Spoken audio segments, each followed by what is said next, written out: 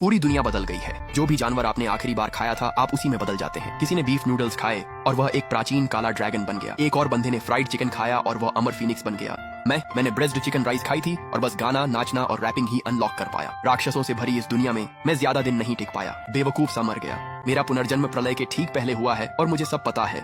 इस बार मैं समझदारी से खेल रहा हूँ। मैं सीधा शीर्ष पर जा रहा हूँ। मेरा पहला निशाना उल्लू है। बिल्कुल सही नाइट विजन, ऐसी सुनने की शक्ति जो सबको तबाह कर दे। ये कमाल है। फिर अंधेरा मेरा मैदान होगा। अगला निशाना इलेक्ट्रिक ईल, जो 800 वोल्ट का झटका देती है। पिछली बार इन ताकतवरों ने प्रलय को अपने वश में कर लिया। योजना बनते ही मैंने हर खतरनाक जीव पर शोध शुरू किया। जैसे एक चींटी अपने वजन से 400 गुना भार उठाती है। लेकिन बुलेट एंट शीर्ष स्तर की, यह जीवित सबसे जहरीले जीवों में से एक है। उल्लू मुझे रात की नजर और कान देता है। ईल बिजली, बुलेट एंट से मिली ताकत, डंक और जहर, हमला, इंद्रियां, जहर सब है।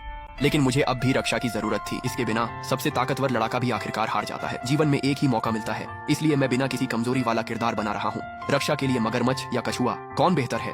पिछली बार मैंने किसी को मगरमच्छ खाते देखा और वह कवचधारी बन गया। ताकत और रक्षा बेमिसाल थी। किसी ने आर्माडिलो का सुझाव दिया पर वह संरक्षित और प्रतिबंधित होने के कारण मैंने छोड़ दिया। फिर मुझे याद आया, टार्डिग्रेड, प्रकृति का सबसे अमर जीव। महाप्रलय से पहले इन्हें पर्याप्त मात्रा में खा लूं तो मुझे इनका अजेय शरीर विरासत में मिल जाएगा। ये जीव सचमुच तब तक नहीं मर सकते जब तक सूरज है। बेहद गर्मी, बेहद ठंड, कोई समस्या नहीं। इन्हें बाहरी अंतरिक्ष में फेंक दो, परमाणु विकिरण से मारो, शायद फिर भी बच जाएंगे। सबसे अच्छी बात, टार्डिग्रेड्स हर जगह मिलते हैं। सबसे तगड़ी क्षमता पाने का तरीका, पर अंतरिक्ष में बचने वाली चीज को कैसे मारें? रिसर्च से पता चला कि तनाव में सिकुड़कर भी ये वापस सामान्य हो जाते हैं। परमाणु विकिरण, गहरे समुद्र का दबाव, इनमें से कुछ भी असर नहीं करता। लेकिन यूवी लाइट और तेज गर्मी ये काम कर जाती है। एक बार जब सब समझ में आ गया तो मैंने तुरंत काम शुरू कर दिया। महाप्रलय में सिर्फ 3 दिन बचे थे। मुझे सब कुछ जल्दी इकट्ठा करना था। टार्डिग्रेड्स के लिए मैंने ऑनलाइन माइक्रोस्कोप और यूवी स्टेरिलाइजर लैंप मंगाया। मेरा शहर खेतों जंगलों से घिरा है। यहाँ काई है, टार्डिग्रेड्स के लिए आदर्श घर। लौटते वक्त मैंने एक सलामेंडर देखा।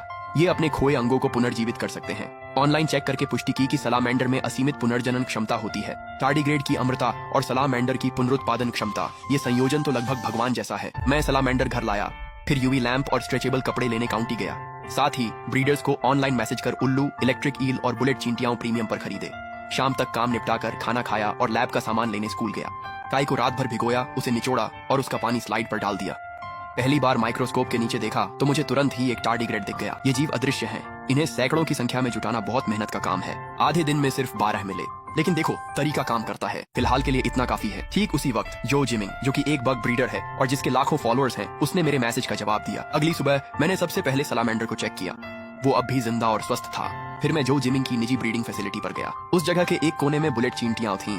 उसने तो मरी हुई चींटियों को भी नमूने के तौर पर संरक्षित किया हुआ था। 50 जिंदा चींटियां खरीदी और कुछ मरे हुए नमूने भी मांगे, पैसे चुका दिए। तभी मेरी नजर लोहे जैसे 2 बीटल्स पर पड़ी, जिनके खोल बेहद सख्त थे। इंसान के आकार में ये प्राकृतिक कवच होगा, सचमुच सुरक्षा की चरम सीमा। मैंने वहीं उन्हें अपनी सूची में जोड़ दिया और 20,000 युआन खर्च करके बाहर निकला। 2 डायबोलिकल बीटल, 10,000 बचे थे तो मैंने इलेक्ट्रिक ईल का पता पूछा। पता चला दोस्त के पास एक थी पर वो बची नहीं। वो ईल पहले से ही तेजी से मर रही थी। जो ने उसे 2 गुने दाम पर बेच दिया और 10,000 मांग लिए। मैंने मोलभाव करने की जहमत नहीं उठाई। सौदा तय हो गया। वो मुझ पर हंसा कि मैं कितना बेवकूफ हूँ। उसे क्या पता था कि सर्वनाश के बाद पैसे सचमुच बेकार कागज के टुकड़े बन जाएंगे। पक्का कर लिया कि वो असली इलेक्ट्रिक ईल है। पैसे दे दिए और उन्हें बताया कि मैं उसे पकाकर खाने वाला हूँ। दोनों वहीं खड़े रह गए, एकदम चुप। इसके बाद मैं सीधे पालतू बाजार चला गया। वहाँ से एक कैप्टिव ब्रेड उल्लू खरीदा। अब सारे जरूरी सामान मेरे पास थे। घर पहुंचा तो देखा इलेक्ट्रिक ईल पहले ही मर चुकी थी। कोई पछतावा नहीं था। उसे साफ किया और फ्रीजर में डाल दिया। उसी पल मैंने आखिरकार रूपांतरण के असली नियमों को समझ लिया, जो अब तक कोई और नहीं जान पाया था। मैंने टार्डिग्रेड इकट्ठा करना रोक दिया और अपनी आंत को साफ करने के लिए 2 दिन तक पूरी तरह शाकाहारी रहा। मेरे पास 6,000 बचे थे।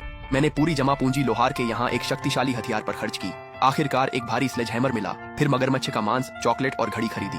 घर लौटकर टार्डिग्रेड्स सील किए और चॉकलेट वाली भुनी चींटियां तैयार की। मगरमच्छ के मीटबॉल बनाकर अपनी पुरानी टीचर को तोहफे में दिए, जिन्होंने मेरा साथ दिया था। अंतिम इन्वेंट्री जांच। उल्लू, इलेक्ट्रिक ईल, सभी मुख्य सामग्री मौजूद थी।